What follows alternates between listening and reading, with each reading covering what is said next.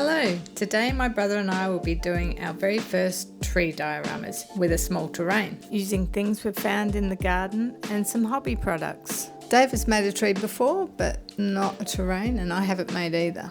So it'll be interesting to see how we both approach this challenge. We'll be starting with the same size XPS foam and then using a hot wire cutter to cut out our shapes.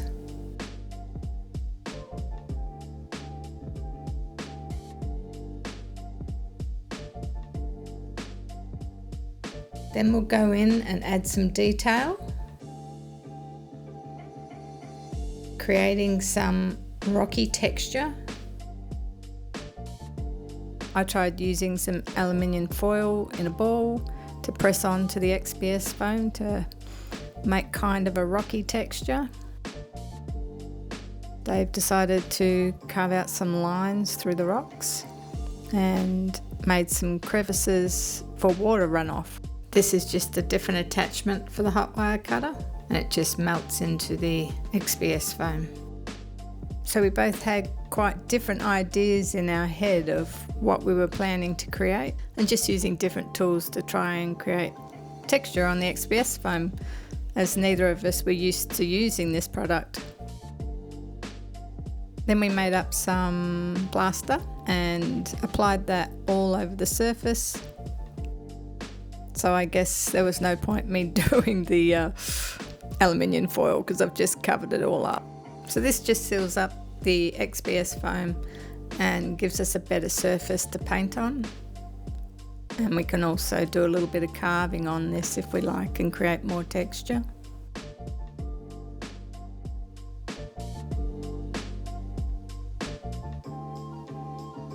Dave's trying to create a little bit of a rock using the plaster. It started to dry a bit, so I tried to use the foil again.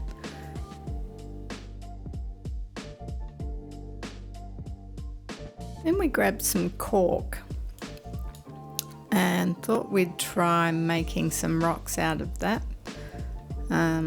It was a little bit tricky to pull apart. Tried a few different tools to just try and break it, and then just tore it up into little bits. Then we started applying the cork to our surfaces, using a little bit of plaster to stick them down. That way it blends in better with the surface.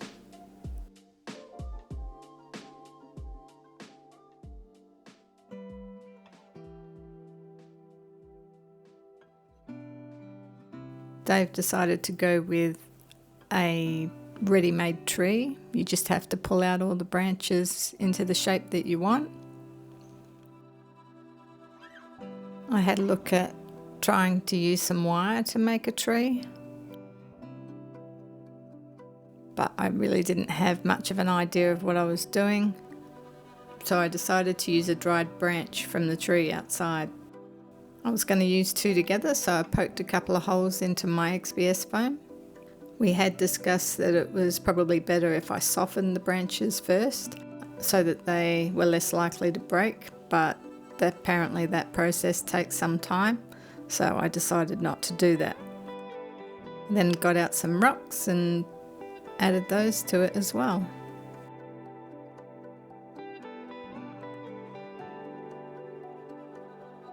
And then a bit of crushed quartz. We used Mod Podge to glue it on. David had some pre-made cork rocks in a bag that were a bit smaller than what we handmade, so he applied those. And I decided to use a little bit of a plant off a woolly bush to make a little bush to sit under my tree. So after I looked at my diorama for a while, I thought it looked like a little path going past the tree, but I felt like there should be a little seat there for someone waiting for a lift or something like that, like a bus stop, but in the middle of nowhere. Who knows how long they'd have to wait for a ride.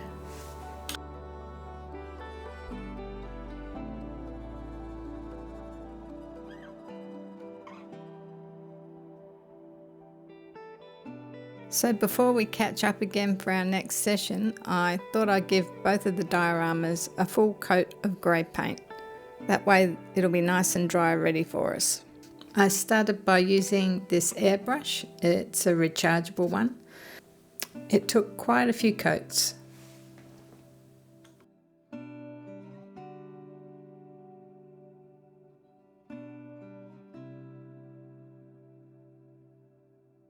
So they weren't quite covered enough, so I thought I'd use a paintbrush and finish them off.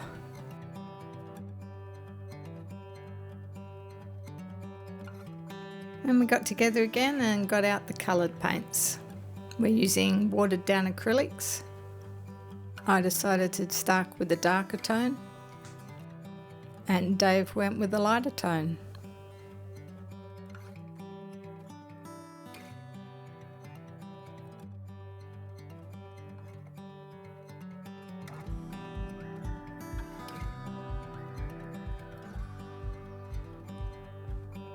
Making my path a bit lighter.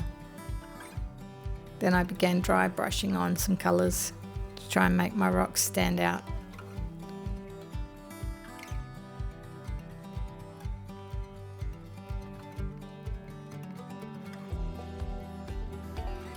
Dave's plan was to go with quite a bit of grass on his diorama, whereas mine was a little bit more desolate. But I started adding foliage to my tree. Dave applied a wash to his rocks to let the darker colours sink, bring out that texture.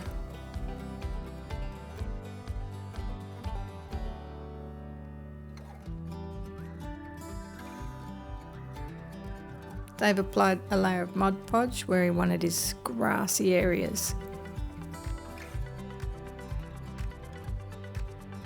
The plan was to use the shaker can to sprinkle on the grass and then use the balloon to get the static from that to get the grass to stand up.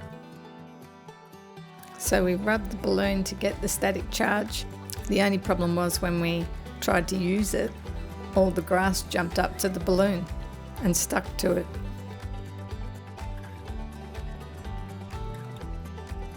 I got out a few different Woodland Scenic ground covers and I got a few different colours out. I didn't want anything too bright.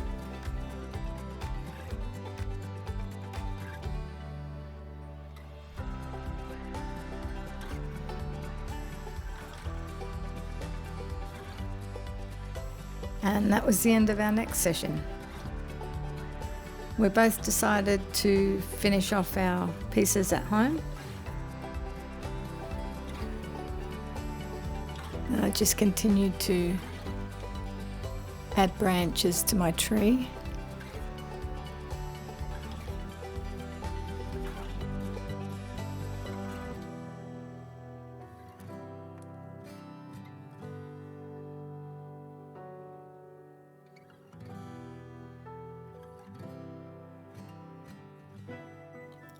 I thought I'd go with a bit more ground cover as well, make it a bit lighter where the path is, because it was looking quite dark. As I started laying it on, I was getting a bit worried that maybe it was a bit too bright now. I just rubbed it in, tried to blend it, added a bit darker colour on top.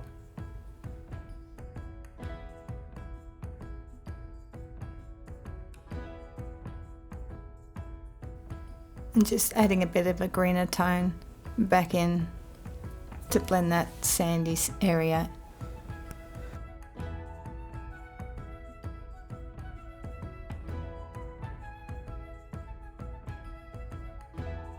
Looking a lot better.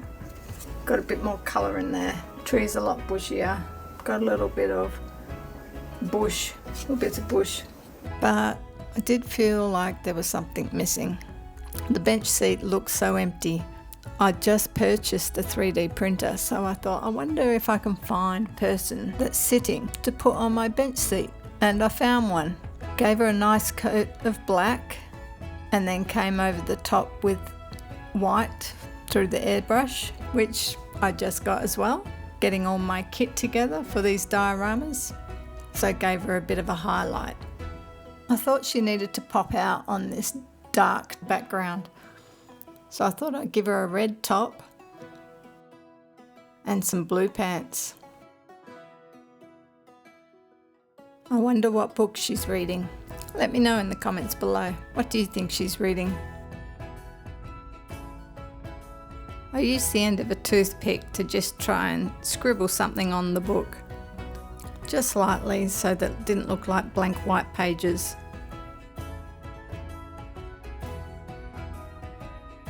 Then I finished her off with a wash using sepia to help her blend into the scene.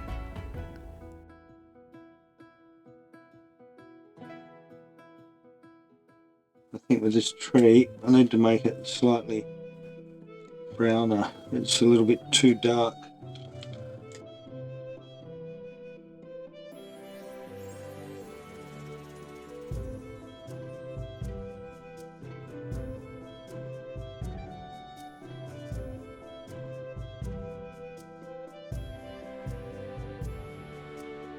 So we've got this fine leaf foliage from Woodland Scenics.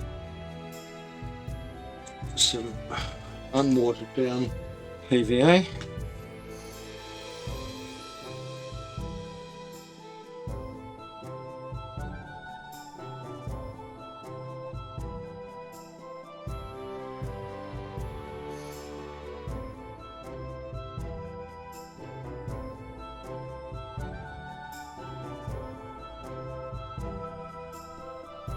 Go for a nice shady tree.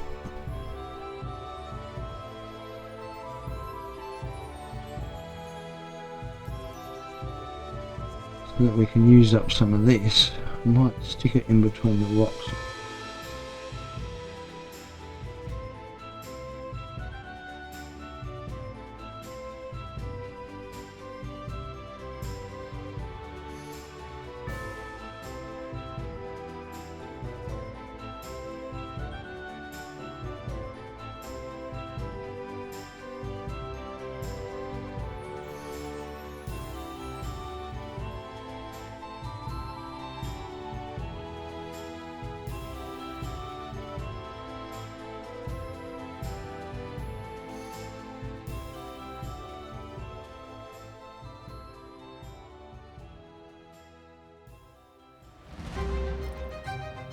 And here is the final result.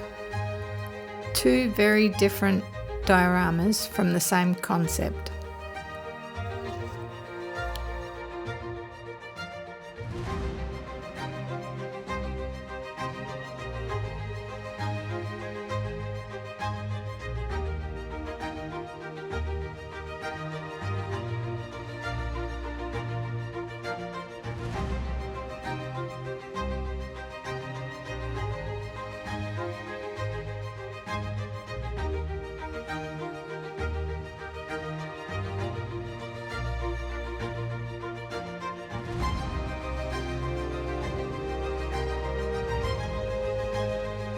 I'd like to give a big shout out to Dave for joining me on this video. He has a YouTube channel where he creates Lego, so if you're into that, head over to Bricks by Dave. I'll put a link in the description. Thank you so much for watching the video. I hope you enjoyed the process and the two different results. Let me know what you think in the comments below, and I shall see you all in the next one.